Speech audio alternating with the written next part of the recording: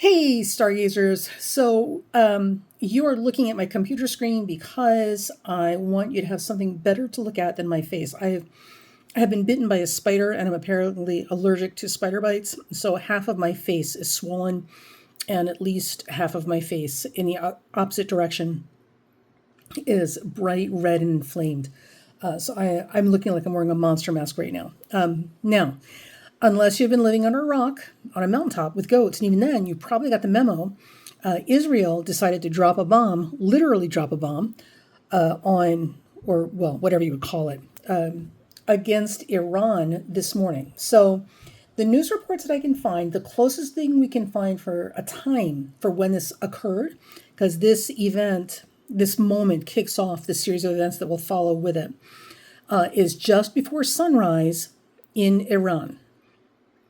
So I checked the clocks, I checked the internet, and sunrise on Friday, June 13th, which is when the bombing occurred, or the attack occurred. Attack would have been 4:48 a.m. And so the news is saying just before sunrise, which literally could be anywhere from half an hour before sunrise to 5 minutes before sunrise. So we really don't have an accurate time. So what we're going to do is we're going to go with 4:45 a.m. because that's going to be 3 minutes off of the exact moment of sunrise. So we know we're at least in the ballpark. And the reason we're doing that is because what we also want to look at as best we can, and accurate times are preferable, are the angles, right? So at 4:45 a.m., which literally is only 3 minutes off of technically the specific time that sunrise occurred, only 3 minutes, we're looking at 29 Aquarius on the midhaven. Any earlier than 4:48 or 4:45 a.m., and this midhaven is going to move even further back into Aquarius, but not that far back. So what we do know for sure, even without an exact time, is that the midhaven on this chart, one of the angles, sits in the very last degrees of Aquarius, okay? And this is important. We'll get to that in a second.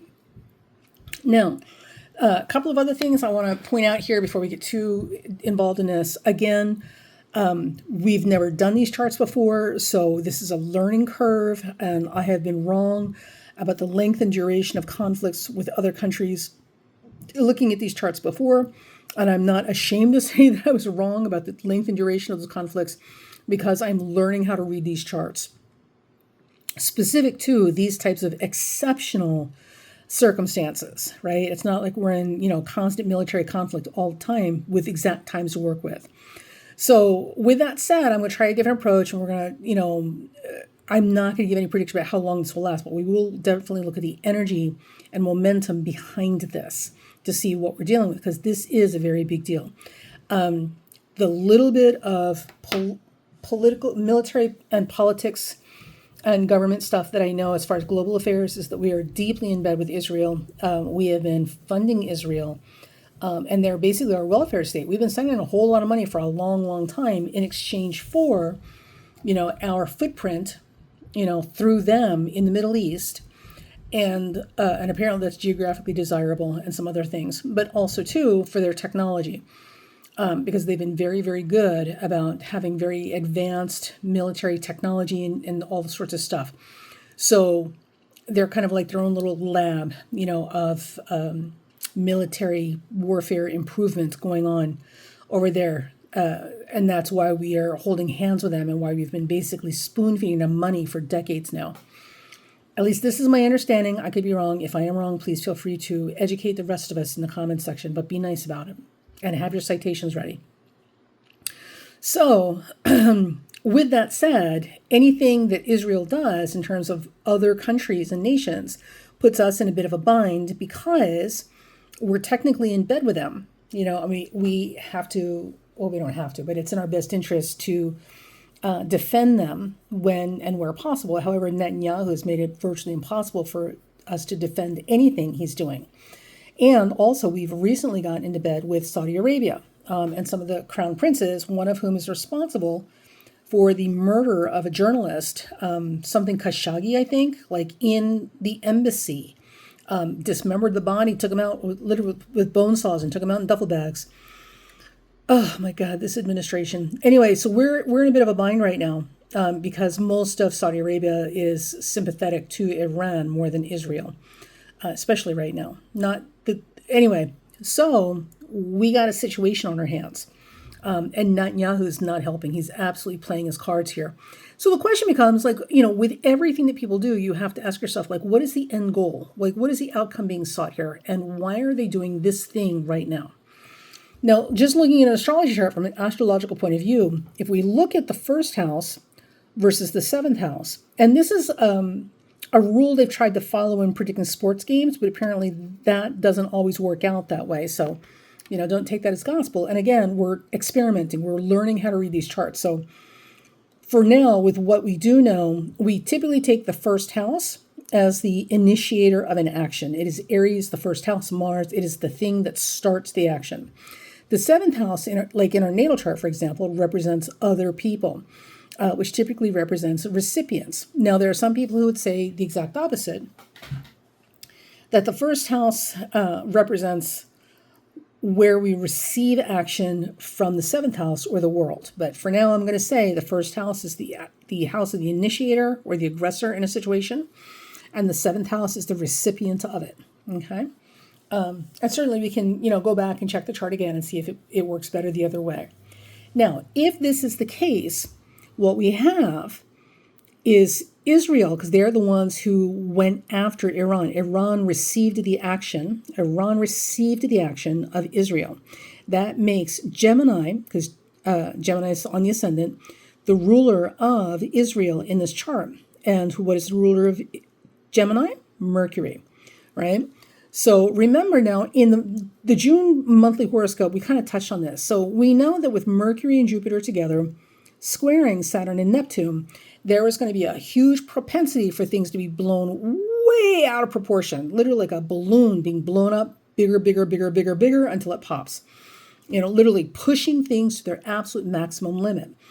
If Israel is represented by Gemini, the first house, right, and Mercury is the ruler, this Mercury-Jupiter square, Saturn and Neptune in this chart absolutely would suggest that Israel is doing everything it can with this particular action, okay, to push the limits, literally to see how far they can push things, okay? So there's that. Now, Iran would be the seventh house, and Iran is Jupiter. Well, interestingly, Mercury and Jupiter, Israel and Iran, are together, right? And they're both squaring Saturn and Neptune. So this also suggests that any response from Iran will be an equal and just as much exaggerated, maximized, overblown action or reaction as was delivered. So whatever it is that Israel has done, Iran is going to respond in like magnitude, right? And if that doesn't make you scared, then you're probably dead, right? Because that's scaring the crap out of me, okay? And again, with Mercury and Jupiter together, Iran and Israel both together here, okay, and squaring that Saturn-Neptune at the top of this chart. Saturn and Neptune is the architect of destiny, so it's very much about what they see as their right and their identity, right? And whatever principles they've aligned themselves with. So in a lot of ways, because we've got Jupiter, Saturn, and Neptune together, this is an ideological fight. So I don't know what the deal is with Israel and Iran and why Israel has such a boner for Iran. I know I'm not particularly fond of Iran. I don't like the way they treat their women. I'm not fond of their religious extremists that are running the country. I've got my own issues with Iran, but I'm going to say I don't know enough about them or the Zionist Israelis who are supporting Netanyahu to make any sense of where the conflict is between these two and why their ideologies are at odds with each other. Except maybe it's in this Zionist nihilistic fantasy that these people are following that, Iran is the enemy too, and they need to get rid of, the false prophets, and Iran is one of them. I don't know. So if you know, again, please educate the rest of us. Make sure you keep your citations. But that seems to be the crux of the matter in this particular instance is ideological identity, right? Ideologues and identity is driving this conflict, and it's because Jupiter, Saturn, and Neptune is involved. Also too, with Jupiter, Saturn, and Neptune together like this, there's always the suggestion that these people are literally following their own false gods. So it's kind of one of those things where you're so wrong and you're so mistaken, and you just can't see how wrong and mistaken you are, which is always a bad reason to start a conflict, a military conflict, especially one that could go to scale this large. And the little bit I do know about Iran is that Iran, a lot like China, wants to be left alone. They literally want to pull back from the world, like the Amish here in the United States, pull back from the world and left to their own communities and devices. And I will put a link below in the description box. We did an entire video more than a few years ago about Russia, China, and Iran, and the country identities. And it was pretty interesting stuff. And that may be coming to play now. So I'll put the link down there if you guys want to check it out. Okay. So there's that. Now, the other thing that's interesting is over here in the 7th house, which represents, we're assuming, Iran, the moon is in the 7th house, and that moon is making a trine to Venus here. Now, the moon represents the populace or the people, right, at large. Venus also represents people and the populace. The moon and Venus in trine aspect to each other indicates a lot of sympathy and support. And this would suggest that Iran, between the two of them, Iran is going to get all of the sympathy and support in this situation. Just to be sure about this, we're going to take a look at Israel if they're represented by the 1st house. Well, Israel, as represented by the 1st house, it's a loaded house, okay? And there's almost nothing here taking easy aspects. So the sun is scoring the nodes, which is, world-shaking events. Jupiter and Mercury being their ruler, has moved past a square to Saturn and Neptune, but it's still there. Technically, these aren't really making any aspects. The closest thing that we have is a Mercury sextile Venus. Technically, Israel would also be getting some support or favor behind these actions, but Mercury is a very technical cold sign. It has nothing to do with emotional sympathies, right? So on paper, they're getting a lot of support, but in terms of actual public sympathy, the moon, they're not getting it at all. It's all going to, of all unexpected places, Iran. Iran is actually getting sympathy for this, which is pretty amazing because, again, Iran is not a very likable country right now or for a while.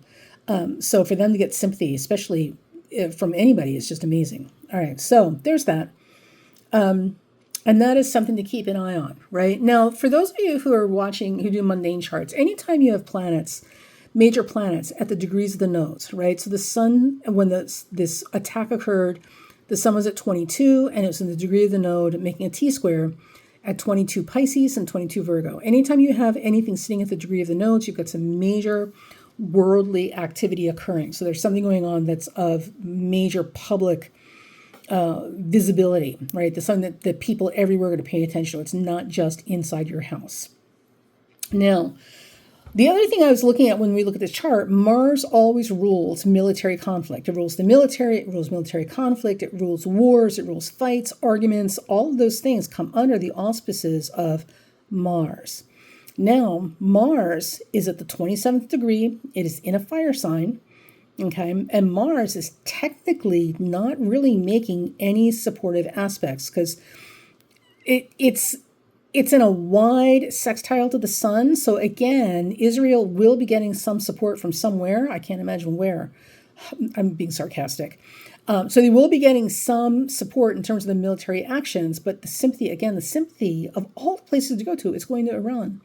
Now, the other thing is that the only aspect Mars actually makes that's applying, which means that it's building in pressure, it's coming to the forefront, is a square to Uranus, okay? And that's a very, very explosive combination. And they're less than a degree apart, right? Or basically a degree apart. So whatever it is very immediate and very quick. So all the fallout, all the major, exaggerated conflict that we are expecting between these two, because remember, Iran and Israel are whatever Israel dishes out, Iran's going to give back in equal measure or more because they're going to keep blowing this up bigger and bigger and bigger. So with Mars squaring Uranus, we can expect this to become very volatile and very explosive very quickly, which we kind of expect given the parties involved, but this may be bigger than we're realizing. And again, I'm not saying any of this to scare you, and if this is really giving you the fright, it should, because, oh my God. Anyway, now here's the thing. Remember, Mars always represents military action and military conflict. Mars is at Mars is at the 27th degree of a sign, so it is literally finishing out a sign. It is losing power. Anytime you have planets coming to the end of a sign, except in very specific, exceptional circumstances, that planet is losing power. It's reaching the end of its sign, right? It's literally running out of steam. So this would suggest that there's something going on. This is, again, more of what we've been seeing here in the United States with some of the sociopaths running around. This is literally a last gasp chance to do something. So they're literally trying to ram something through while they still have support. Okay. Now, what that's about, I don't know, because, obviously geopolitics is not my forte. So you're more than welcome to fill in the blanks for us. But my suspicion is, given everything that we know about the president and the condition that he is in and getting worse, and seeing all of the white nationalist, white supremacists that are in office around him, that are pushing their agendas, literally ramming it through as hard and fast as they can, it would suggest that everyone's in a panic because they know they don't have a lot of time left to work with to get the job done, right? And in order to get the job done, they need him, our President Trump, as the front man to, I guess, make it palatable, for the mouth breathers and everybody else. Because once he's gone, that's it. They've totally lost everything. And listen, between you and me, I don't know where these senators think they're going to go once Trump is no longer in office, because you screw your constituents. We're going to remember who you are. We know what you look like. We know where you live. We know where you shop. Like, are you planning to move to Florida and live with Donald Trump? Because you can't come home. You literally, if you screw over your constituents, you can never come back home again and be safe. Never. Right? And you'll get everything you deserve. So I don't know what they're thinking. But right now, because he has such sway over the hateful handful that he has following him, they're trying to continue to use that to their advantage. So once he's gone, that window's closed, and all of these people who are completely out of pocket right now are going to be at a huge loss in terms of getting support for anything. So this may be exactly what we're seeing right now. Because the sun in the chart also rules authority figures, right? The big boss, the top boss. So the support that Israel is getting for their military actions, as evidenced by this sextile to the sun, because the sun applies to Mars, right? This may be Trump, our president, our big boss here in the country, giving support, right, to their military actions. But again, that Mars in those last degrees, so there's literally, this is it. This is the only chance they get. And, once this is done, it's done, right? Now, what's interesting also, too, about this is there's going to be a huge mess and cleanup as a result of all of this. This is not going to be pretty. So one of the things that we watch for events, as we're timing events, okay, is we watch the passage of the moon, because the moon also represents time and momentum and events as they're unfolding.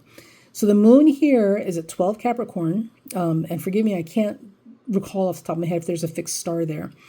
So when you're looking at a chart, you're always looking at what is the moon applying to, because whatever it's applying to has not happened yet. Those are the things we concern ourselves with.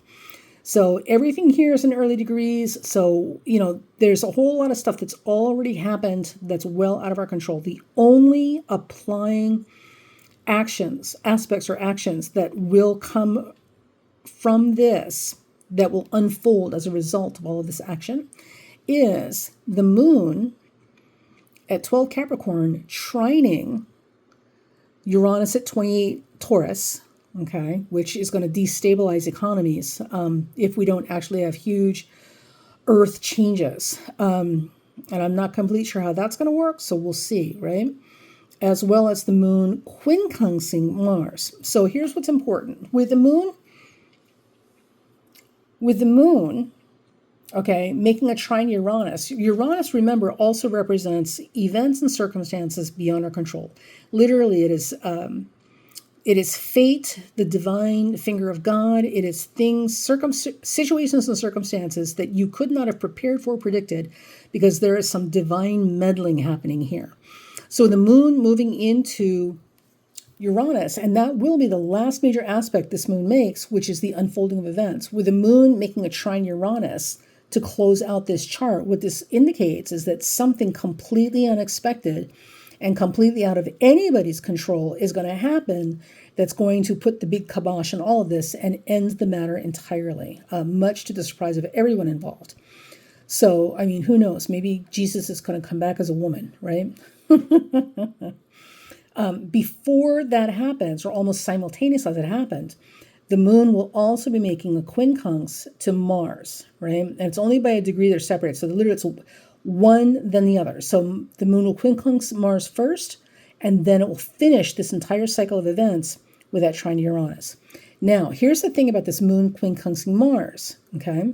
With the moon quincunxing Mars and Mars ruling military action and conflict, the quincunx is always, it is problematic at best. So it is a point of irritation, refinement, or not. It's catch-22. The quincunx is an expression of a catch-22. Damned if you do, damned if you don't. It is also the angle or aspect of constant adjustment, like a gyroscope. So ever so slight changes and adjustments are going to be required over and over and over again to get something just right. So typically we don't talk a lot about quincunxes, which are also known as inconjuncts, depending on how technical we want to get, because they're really hard to describe, and typically we don't have a lot of ancient texts that talk about it a lot, so we're all kind of figuring it out as we go along. But what will be helpful to remember when you look at quincunxes in a chart is they typically represent catch-22s, okay? And if you have a yod, which is two quincunxes, 3 planets, 2 quincunxes, setting up aspects to each other, that's a whole other level of, you got to be kidding me. In this particular case, of the moon quincunxing Mars, there may be some reconsiderations and some real, not pushback, but fallout, some real huge consequences and fallout of this military action and behavior that they could not have seen coming. And I'm saying that because at the same time this is happening, that moon will also finish out the chart with a trine to Uranus. So watch this space and let's see what happens. I'm going to say, because I need to believe this, so here's my caveat, I could be wrong, but I need to believe this, that we will not end up in World War III. What I think is going to happen, because Uranus also has a lot to do with exposure and truth-telling, right, is when the moon comes into trine and makes that final aspect, that trine to Uranus, like literally all kinds of stuff is going to be exposed once and for all. Like everybody's going to be there with their bottoms hanging out on full display. So there will be no more hiding the other stuff. So there's a lot of stuff they're lying to us about. They're blatantly lying. Like, honestly, you'd have to be a freaking drooling moron to believe the crap coming out of people's mouths these days, because it's that bad a lie. But there's also other things that's not being shared with us, right? There's a lot of important things that are not being shared with us, which is why it all seems so weird. But when this moon comes down and trines at Uranus after immediately before that quincunxing that Mars and screwing up the military plans or the military actions and bring all sorts of unexpected consequences with it, we may find at that point, find out exactly what those little uncomfortable, inconvenient details of facts and truth are that they were previously hiding from us, that they're not going to hide anymore. And that's going to be the game changer. It's also going to be game over. So that's kind of where we're at. And again, so the angles, right? So again, 4:48 was sunrise on Friday, June 13th in Tehran, Iran. So, and they said shortly before sunrise. So we know at minimum, if we just back it up 3 minutes, right? And I'm sure it was more than 3 minutes when this occurred, before 448. The midheaven was 29, so I'm sure it was in the late degrees, a little further back, but still late degrees. And the late degrees, on these angles also indicates that there's no energy behind this. This is literally last gasp chance to ram something through while the window is still open. After this, there is no second chances and there is no continuation. So there's a real panic here to try and get stuff done while they still have a chance to get it done and get the support that they previously had, because that's a separating sextile, and ram things through. But again, there's no steam here with those angles at such late degrees. If you were going to initiate something that you wanted to be successful or to last, right, those late degrees are not what you want on the angle. And that's what they have. So this will not go the way they were hoping it would go.